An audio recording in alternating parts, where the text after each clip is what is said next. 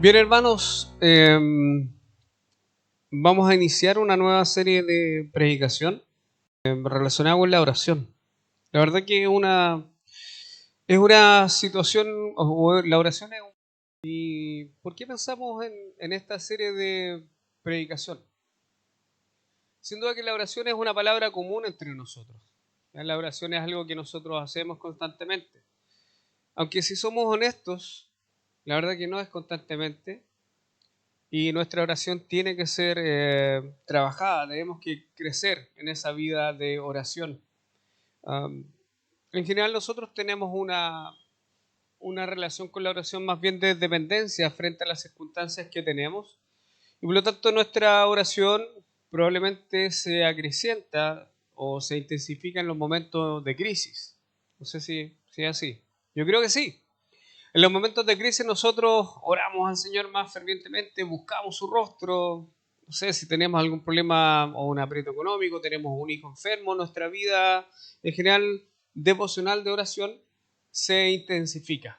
Cuando tenemos una prueba, por ejemplo, necesito orar y está bien. No quiere decir que eso esté mal, pero si nosotros revisamos la oración o los tipos de oración, en general no siempre está la petición por delante.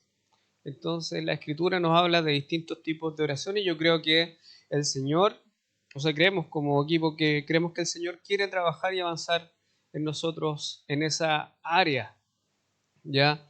Yo sé que hay muchos que son conocidos como personas buenas para orar, pero aún así, todos necesitamos aprender. Porque nosotros tenemos una lucha para orar. Tenemos una lucha para orar constantemente. Nuestra carne, a nuestra carne no le gusta orar. Si usted pone a nuestra carne y somos honestos, decimos ya, bueno, una hora de oración o una hora de televisión. Evidentemente usted va a querer ver televisión, ¿ya?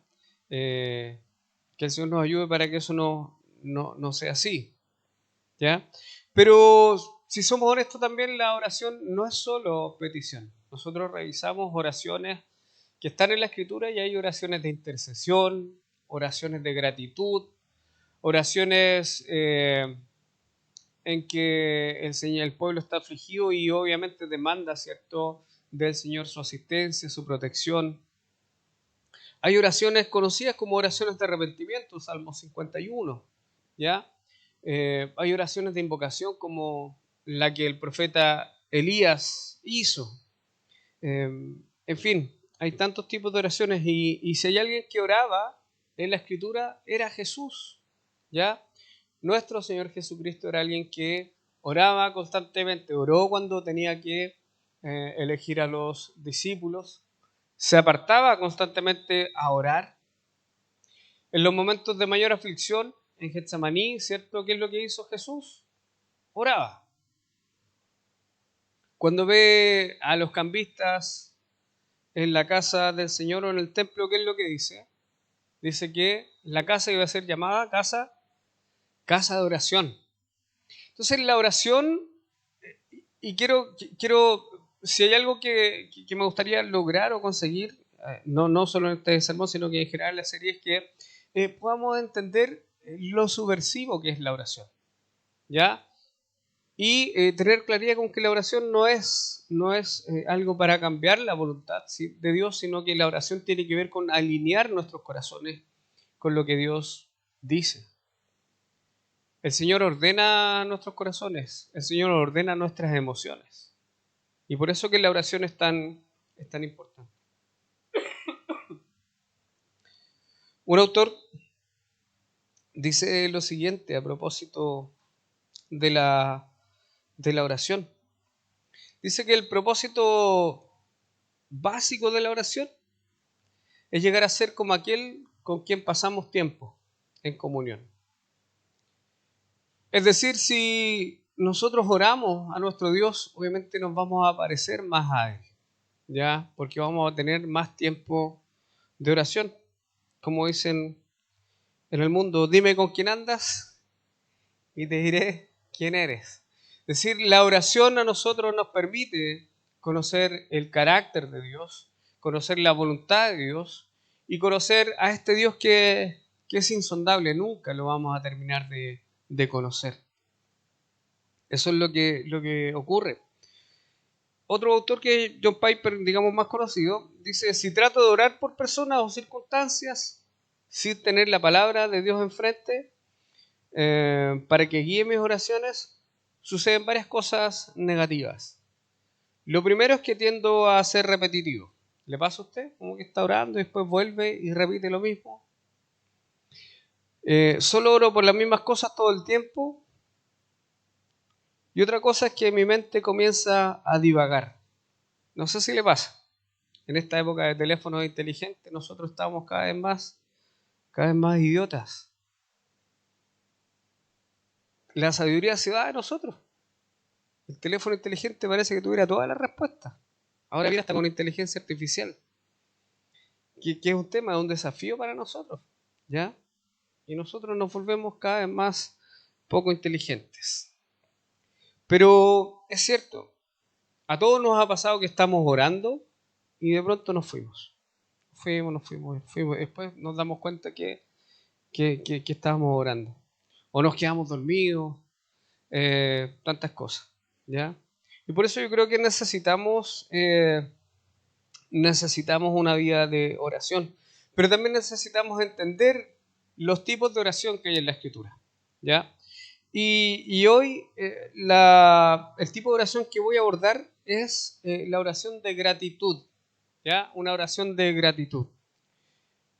Que está ahí en Lucas 21 al 24. Y es precisamente una oración de nuestro Señor Jesucristo. Dice así la palabra de nuestro Dios.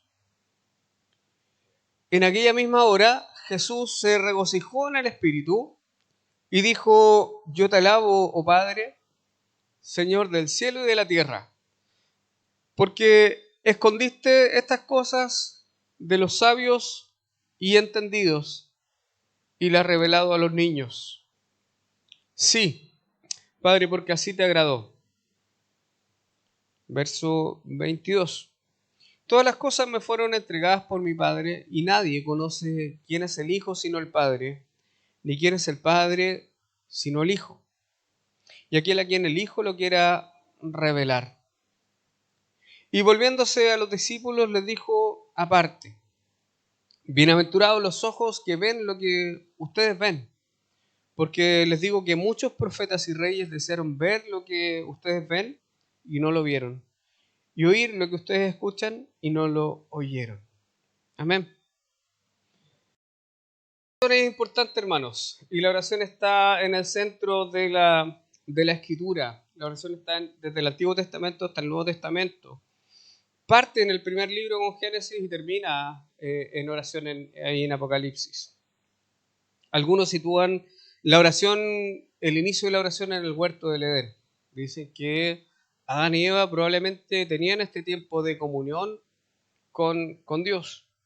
La verdad es que no podríamos afirmar ni desmentir eso, porque al menos no hay un versículo que lo explique, pero tampoco podemos decir que no, dado que Dios hizo al hombre y a la mujer, ¿para qué? Para tener comunión con ellos, para poder relacionarse con ellos. Pero la primera referencia de la oración en la Escritura la encontramos ahí en Génesis 4:26. La primera vez que se menciona en la Escritura la oración está ahí en Génesis 4:6. ¿Ya? Que tiene que ver con un descendiente de Set. Recordemos que Set, ¿cierto?, era el hijo que reemplazó al fallecido Abel, que Set significa sustituto.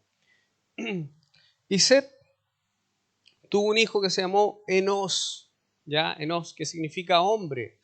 De alguna manera lo que nos quiere decir que este concepto de hombre es alguien que reconoce la debilidad en él. Y es el primero que comienza a orar.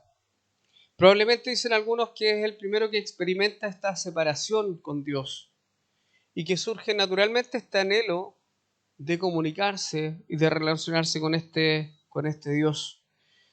Eso es lo que significa Enos significa hombre. Génesis 4:26 dice, y Set también le nació un hijo y llamó su nombre Enos. Entonces los hombres comenzaron a invocar el nombre de Jehová. Es decir, en el momento en que la Escritura registra un evento tan importante como el primer hombre que comenzó a invocar el nombre de Dios, que comenzó esta disciplina de la oración, que no es propia de la iglesia del Nuevo Testamento, sino que está a lo largo de toda la Escritura, es en Enos. Enos, que simboliza o significa hombre y que probablemente tenga que ver con esta fragilidad y con esta necesidad que tiene el hombre de poder llenar ese vacío que quedó cuando fuimos expulsados del huerto del Edén. Pero la oración es un elemento distintivo del pueblo de Dios. Nosotros hemos escuchado también que la oración es la llave de todas las puertas, ¿ya? Aunque me gusta más bien una frase que dice Spurgeon, que es así como: la oración es la llave de día y el cerrojo de noche, ¿ya? O sea, en este tiempo de que hay una sensación de inseguridad, usted mantiene con llave la casa, ¿cierto? Bueno, la oración es un poco eso, ¿ya? Asegurarnos. Pero aquí Jesús está orando y está elevando una plegaria, está dando gracias a Dios por algo en particular, que es algo que nosotros vamos a revisar. Pero Jesús está orando, ¿ya? Jesús está orando y está practicando algo que el pueblo de Dios ha hecho durante toda su vida. El salmista dice en el Salmo 145, verso 18, que Jehová está cercano a todos los que lo invocan. Abraham, el patriarca, invocó a Dios también. Elías, frente a los profetas de Baal, como les decía, también invocó a este Dios frente a un momento de crisis. Pero nosotros tenemos una iglesia que tiene una vida difícil o una vida pobre de oración. Y debemos ser honestos en eso. Y esa vida pobre de oración tiene que ver con las distracciones o las ocupaciones. Cada uno de nosotros está muy ocupado. No sé, dijo alguien, voy muy apurado. No sé dónde, pero voy apurado. Y el mundo del sistema nos colapsa. A veces se nos pasa la semana volando. Parte el lunes y ya es viernes. Y no tuvimos un tiempo de oración. Los servicios de oración son los menos concurridos junto con los estudios bíblicos. Y ahí lo que estamos diciendo un poco es, el mensaje es: no necesito este tiempo de oración. No necesito este tiempo porque eso es lo que estamos diciendo. De alguna forma, evidentemente hay situaciones en que uno puede justificar no asistir, pero hermanos, venga a orar. La verdad que es un tiempo maravilloso. El teléfono nos distrae. La vida de oración de la iglesia es pobre porque también falta una comprensión adecuada de Dios. Dios no es solo aquel que nos soluciona los problemas. Como cuando los hijos nos llaman y dicen, algo quiere. Cuando los hijos llaman al papá, es porque algo necesitan. Pero en general los hijos no llaman para decir cómo estás, quiero saber de ti. Y en general se transforma en esta relación más bien utilitaria. Y algo que nosotros también, que está en nuestro corazón, está en nuestro ADN, y que nosotros probablemente también lo repetimos con nuestro Dios. Vamos donde Él cuando necesitamos cosas, principalmente. Pero no para conocerlo. Y esa es la clave. Otra complejidad en la vida de oración es la carne. La carne es enemiga de la oración. La carne también se hace parte cuando nosotros estamos orando. La carne nos distrae. La carne hace que nos cansemos, que nos olvidemos. La carne no le gusta la oración. Es más, dice un pastor, que incluso la carne a veces nos invita a pedir cosas que nosotros ni siquiera necesitamos. La carne nos engaña. El pecado es muy engañoso. Y puede que a veces estemos pidiendo cosas mal. Porque Santiago dice que cuando piden mal. ¿Ya? Porque pedimos para nuestros deleites. ¿Se dan cuenta que ahí hay alguien que está orando, pero que está orando con una dirección o una motivación incorrecta? Entonces hay que tener ojo, hay que filtrar nuestras oraciones también. Hermanos, tenemos un enemigo que es muy astuto. Y nosotros a veces somos distraídos. ¿Ya? Entonces necesitamos entender esta oración. Y fíjense ustedes que la oración de gratitud es algo importante, porque un texto, ¿cierto?, fundamental, que es 1 Tesalonicenses 5, del 16 al 18, une la oración con la gratitud. Pareciera ser que esta unión entre la oración y la gratitud está ahí siempre. Dice, estén siempre alegres. Yo sé que usted sabe ese pasaje. Nunca dejen de orar, orad sin cesar.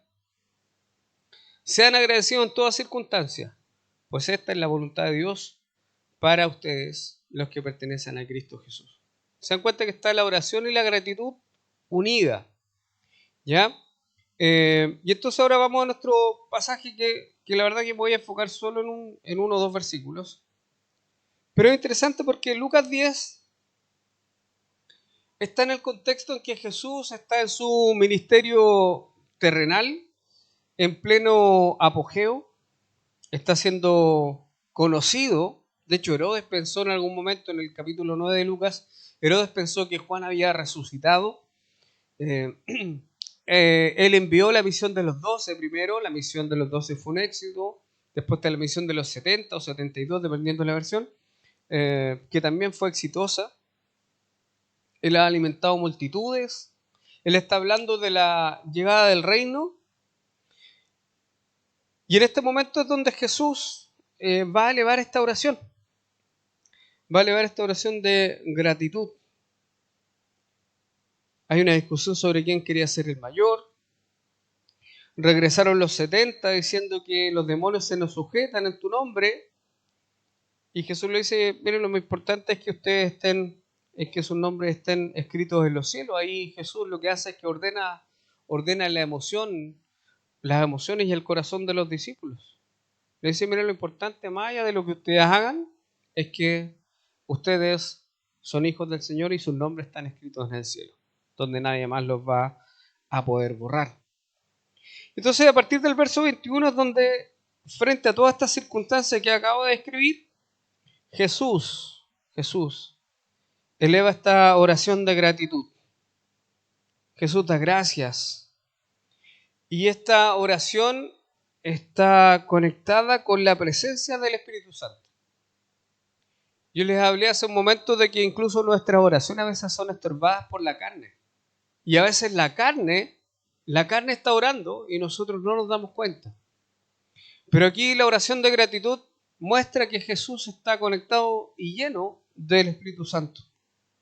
Dice así, en aquella misma hora, es decir, cuando vienen los discípulos, los 70, contándole probablemente muchas situaciones que ellos vivieron y cómo este reino de Dios o del reino de los cielos se estaba cumpliendo, cómo el enemigo era vencido, cómo cada uno, me imagino, contando su testimonio, mira, yo entré a una casa, en fin, y logramos orar por una persona y fue sana, otra persona estaba endemoniada y fue libertada, en fin, tantas cosas.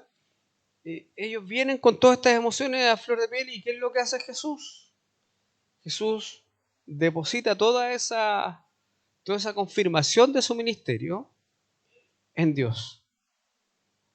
En aquella misma hora, es decir, en ese momento, Jesús se regocijó en el Espíritu y dijo, yo te alabo, oh Padre, Señor del cielo y de la tierra, porque escondiste estas cosas de los sabios y entendidos, y las has revelado a los niños. Sí, Padre, porque así te agradó. Hermanos, la oración de gratitud es una oración que debe estar presente en nosotros. Y esa oración de gratitud está conectada directamente con la obra que Dios está haciendo. Es decir, nosotros debemos dar gracias no solo por lo que el Señor nos entrega, que tiene que ver con la provisión inmediata, sino que tenemos que tener los sentidos agudizados para poder ver qué es lo que Dios está haciendo en medio nuestro. ¿Qué es lo que Dios está haciendo a través de nuestra vida de servicio al Señor? ¿Qué es lo que está haciendo el Señor a través de esta comunidad de fe? ¿Cómo el Señor se está moviendo en los corazones? Ese es el motor que debe tener una oración de gratitud, es decir, estar conectada con la obra de Dios. Aquí Jesús precisamente está depositando esta ansiedad y estos corazones inflamados por la presencia del Señor, estos corazones llenos porque están ahí en medio de la voluntad de Dios, y está depositando eso y está mirando al cielo y dando gracias. Dice que Jesús se regocijó. Nos cuesta ver a Jesús alegre. Nos cuesta ver a Jesús como alguien que está contento porque sus hijos están haciendo lo que Él demanda. Pero Jesús no es alguien grave. Jesús no es alguien serio con el rostro rígido, adusto, sino que Jesús es alguien que se alegra con nosotros. Es alguien que se alegra con el servicio que nosotros les entregamos al Señor. Jesús es alguien que su corazón se llena de alegría. Nuestro Salvador es alegre. Y Jesús se regocija, se alegra, disfruta en el Espíritu en este tiempo en que Él está viendo que el reino de Dios está avanzando. Ese es nuestro Salvador. Y Él se alegra por lo siguiente. Él emite esta oración y dice: yo te alabo, oh Padre, Señor del cielo y de la tierra. Es decir, Él se alegra, Él adora al Padre, que también forma parte de la oración. Él hace una confesión sobre el Padre y dice que este Padre es el Señor y el dueño del cielo y de la tierra. Es decir, en esta oración hay un reconocimiento de quién es este Dios, que es dueño de todo. Por eso que a veces cuando vemos en la noticia y que la gente lamentablemente cierra las playas o cierra los accesos a los distintos lugares, pensando que van a ocupar toda la tierra, como dice Isaías capítulo 3, yo en lo personal me río en parte porque digo, el Señor declara en su palabra que de Él es la tierra y la plenitud. Y a veces hombres o mujeres tan pequeños piensan que pueden tener dominio sobre eso. Pero la tierra es del Señor, hermanos. La tierra es del Señor. Él la creó, Él la diseñó, Él le puso sus colores. Él es el creador de todo. Y Él es el dueño de la tierra. Así que es cosa de tiempo, hermanos. Pero este Jesús maravilloso, nuestro Salvador, se alegra porque este reino está avanzando y está avanzando no en base a uniones políticas, no en base a estrategias humanas, no en base a riquezas humanas, no en base a las conexiones o al poder que tengan ciertas personas, sino que este reino avanza de acuerdo al plan que Dios ha diseñado. Y ese plan nadie, ninguna persona lo puede entorpecer. Nada lo puede entorpecer. Ni el Imperio Romano lo pudo entorpecer, ni ningún hombre poderoso.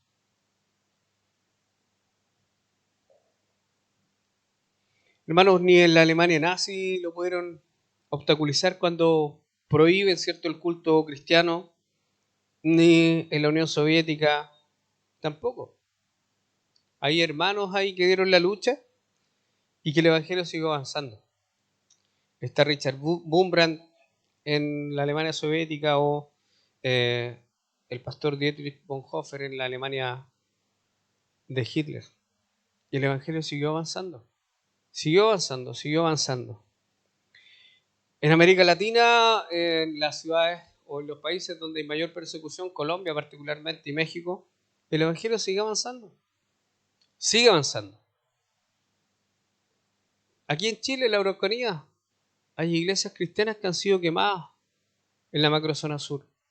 Y el Evangelio sigue avanzando. A pesar de que hombres malvados y perversos, llenos de avaricia, intenten hacerse de todo el terreno, el Evangelio va a seguir avanzando. No importa el gobierno de turno que tengamos, el Evangelio va a seguir avanzando. Porque no depende de una afiliación política, no depende de quiénes sean qué tan poderosos sean las personas que lo llevan, sino que depende de que el plan de Dios se va a cumplir tal y como Él lo dijo. Este tiempo es un tiempo de mucha persecución, sobre todo en los países árabes, en los países donde el Islam está inspirando, porque es el mes de Ramadán, abril. Entonces para el mundo del Islam es un mes especial, pero donde también se agudiza la persecución a los cristianos.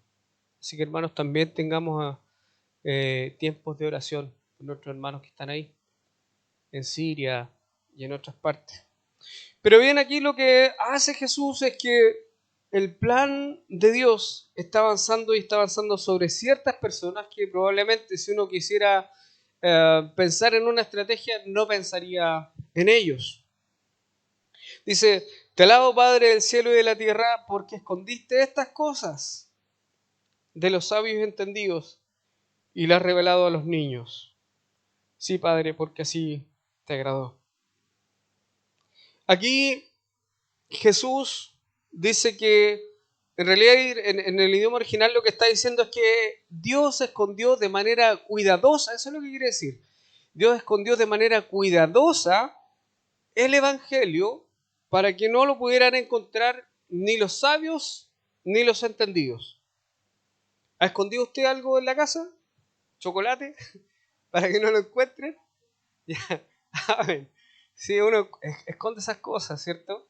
Hoy los adolescentes esconden ciertas cosas ahí para que no la encuentren y cuando la encuentren ya nada que hacer.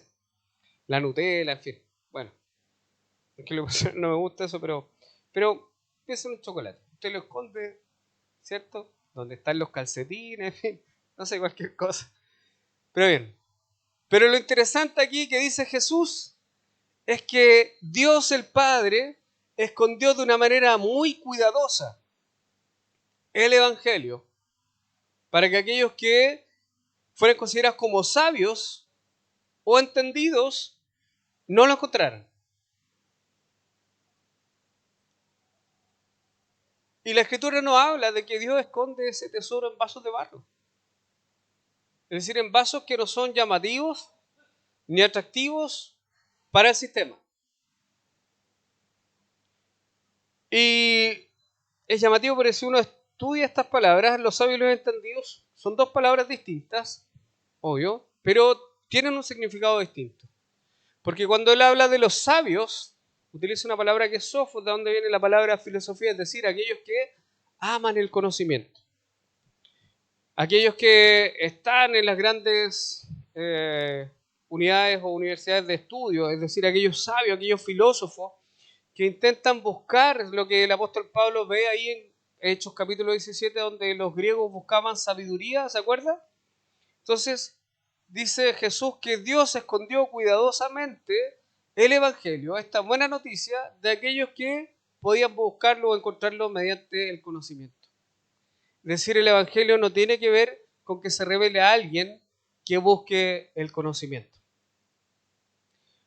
Pero la segunda palabra que habla aquí Jesús es que lo escondió de los sabios, es decir, de los que hablan el conocimiento, de los que aman el conocimiento, y de los entendidos. Y ahí utiliza otra palabra que tiene que ver con gente que es astuta. Es decir, aquellos que Dios escondió de manera tan maravillosa el Evangelio, la buena noticia de aquellos que puedan encontrarlo a través del conocimiento, como aquellos que son astutos, es decir, aquellos que son perversos, aquellos que puedan ser poderosos, aquellos que puedan ser influyentes, aquellos que puedan encontrarlo de otra manera. ¿Ya? No quiero hablar de un político, pero algo así. ¿Ya? Como, como cuando el médico le dice a Forrest Gump, y ahí está le dice, tiene la espalda más torcida que un político. No sé si pero es una frase que a mí me gusta mucho, porque lo describe bien. Pero lo interesante es que Dios escondió esta noticia, el evangelio poderoso, de los sabios y de los sagaces y de los astutos. Es decir, aquellos que se creen sabios en su propia opinión. Aquellos que intentan conseguir cosas a través de hacer trampa. aquellos que consiguen cosas a través de la influencia, ¿ya? Como Herodes, que quería ver a Jesús, ¿ya? Como Félix, este procónsul, me parece que era, cuando el apóstol Pablo le comparte el evangelio y dice, por poco me convence. Entonces, Jesús dice que Dios escondió esto de una manera cuidadosa para que ni un grupo ni otro grupo lo encontrara. Dice, escondiste estas cosas de los sabios y entendidos y las has revelado a los niños. Y esto es maravilloso porque Jesús está contento, está alegre, porque el Padre ha decidido revelarle o mostrarle o quitar el velo, que es la palabra que él ocupa ahí en el original, quitar el velo del Evangelio para aquellos que son considerados niños. De hecho, niños de pecho es lo que quiere decir. Y un niño es alguien, evidentemente, dependiente, pero también un niño es alguien que vive en un asombro permanente porque está descubriendo este mundo. ¿Ya? Usted puede contar la historia a los niños y los niños se quedan pegados, usted les cuenta cosas. Hasta que después se dan cuenta, van creciendo y dicen, no, ya sé que es una broma. ¿Ya? Me pasa a mí con la Emma, que la Emma ahora me pilla la broma, entonces me dice, tata, yo sé que me está diciendo una broma. Ya, entonces no puedo, tengo que inventar otras cosas.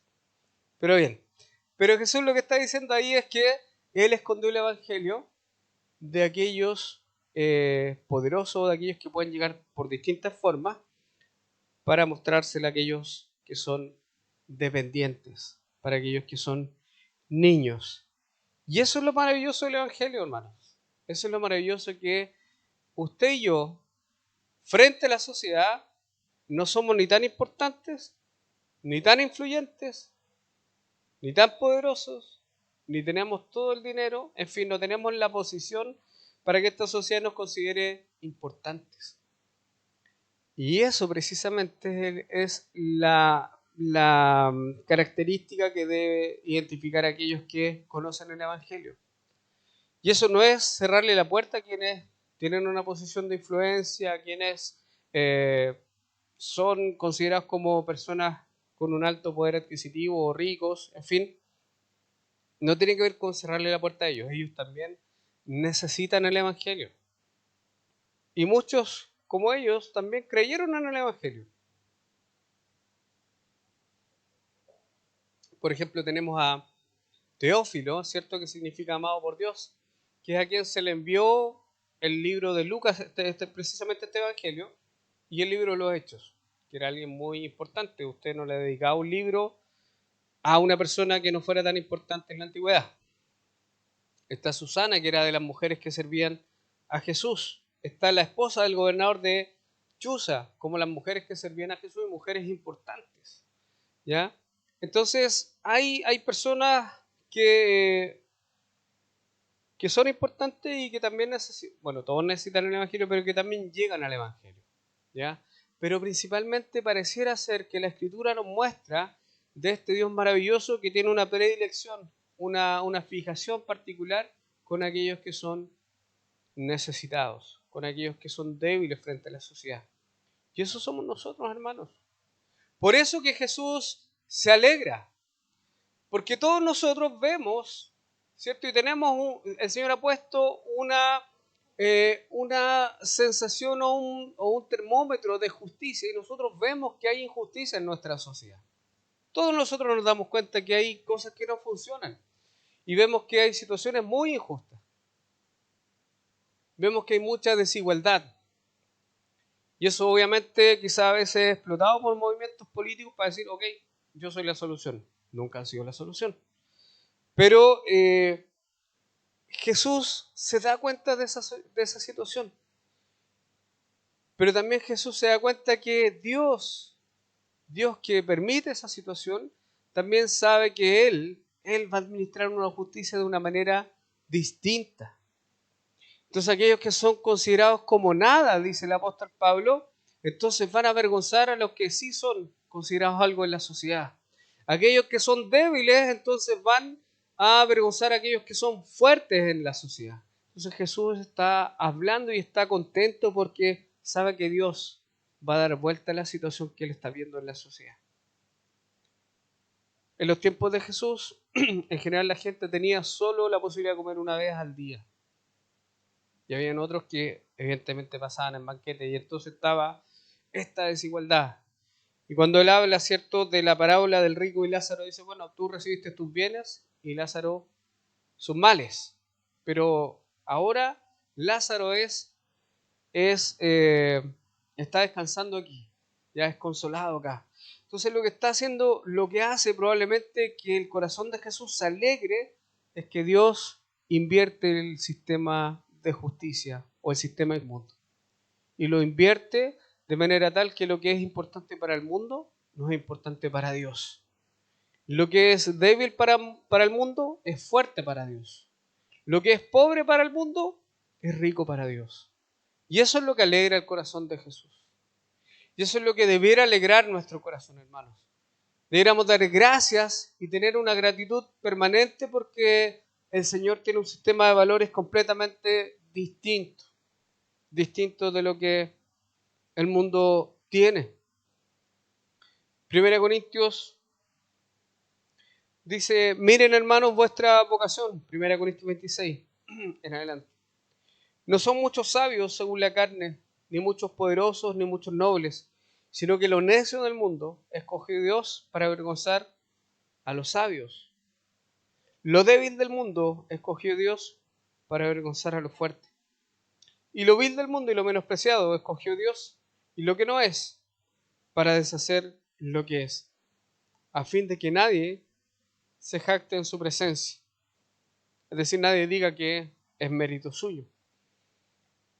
Pero por él están ustedes en Cristo Jesús, el cual les ha sido por ustedes sabiduría, por si les falta o nos falta sabiduría, justificación, por si no recordamos que hemos sido justificados y perdonados, santificación, por si no recordamos que hemos sido limpiados y purificados, y redención, para que entendamos que el Señor nos ha comprado, nos ha rescatado, para que, como está escrito, el que se gloría, gloríese en el Señor. Hermanos, Jesús se alegra y hace esta oración porque Él ve que la obra de Dios está avanzando, no en base al sistema de valores del mundo, donde sabios y astutos podrían acceder al Evangelio. Dios precisamente escondió de ellos el Evangelio y les dio entendimiento a nosotros, a usted, a mí, que no somos muy sabios ni muy inteligentes, pero el Señor nos ha permitido conocer a Jesús por medio del Evangelio. Nosotros que estábamos ciegos, el Señor nos ha dado la vista. Nosotros que estábamos en tinieblas, el Señor ha hecho que en nuestro corazón amanezca la luz del Salvador. Nosotros que no teníamos ninguna posibilidad de transformarnos en sabios para este mundo, el Señor ha puesto sabiduría en usted, sabiduría en sus hijos, sabiduría en su casa. El Señor nos ha dado sabiduría. Y la palabra del Señor nos dice que la sabiduría y la inteligencia deben ser atesoradas más que todos los tesoros de este mundo. Porque la sabiduría y la inteligencia nos da vida. Hermanos, nadie en este mundo puede pagar por una hora más de vida. Nadie. Pero la sabiduría y la inteligencia a nosotros nos dan vida y por eso que Jesús se alegra. Ya para ir concluyendo, la alegría de Jesús en su invocación es por ver cómo Dios invierte, como les decía, el sistema de valores para dar lo más preciado a quienes dejan de lado su orgullo y confiesan su dependencia de Dios. Hermanos, rico y orgulloso no siempre van de la mano. ¿Podría alguien ser pobre y orgulloso? Podríamos ser pobres y orgullosos y yo creo que todos nosotros conocemos eso, si es que alguno no era así. Pero el Señor nos ha hecho dependientes y sabios de Él. Por eso que tenemos que dar gracias, hermanos, en nuestras oraciones, porque el Señor, primero, nos ha revelado su palabra. Si necesitamos tener un tiempo de oración de gratitud, debemos recordar que el Señor ha revelado el Evangelio a nosotros y nos ha hecho cercanos y nosotros estábamos lejos, lejos, lejos, muy lejos. Y el Señor nos ha hecho cercanos. El Señor nos ha dado vida juntamente con Él y nos ha trasladado y nos ha puesto nuestros pies en Cristo. Y eso debe ser motivo de gratitud. Por eso que debemos dar gracias a Dios en todo. Debemos dar gracias a Dios por habernos quitado la venda de nuestros ojos. Debemos dar gracias a Dios por haber limpiado nuestros ojos y poder ver a Jesús. No todos lo pueden ver. No todos lo pueden ver. No todos lo conocen. No todos pueden depositar su confianza en Él. Y debemos dar gracias al Señor por poder comprender el Evangelio, por poder comprender y asimilar y así, y tener para nosotros las promesas que el Señor nos ha hecho. Hermanos, hay motivos de gratitud. Por eso que en esa oración de gratitud, Jesús nos enseña que debemos mirar al cielo, debemos mirar nuestra condición y ver cómo el Señor sigue obrando en nuestra vida.